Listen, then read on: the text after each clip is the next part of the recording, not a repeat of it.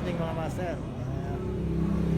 Dito po tayo sa mga sideline kapag halimbawa Sabado, Linggo.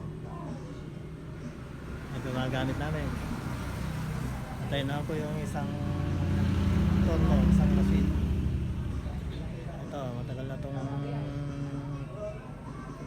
military truck na to na hindi nagagawa dahil sa gearbox ay walang makitang pesa.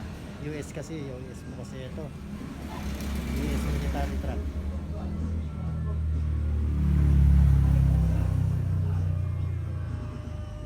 At ito naman po yung isang machine na ginagamit namin kapag kami tutorno ng mga transfer case ng mga traktora.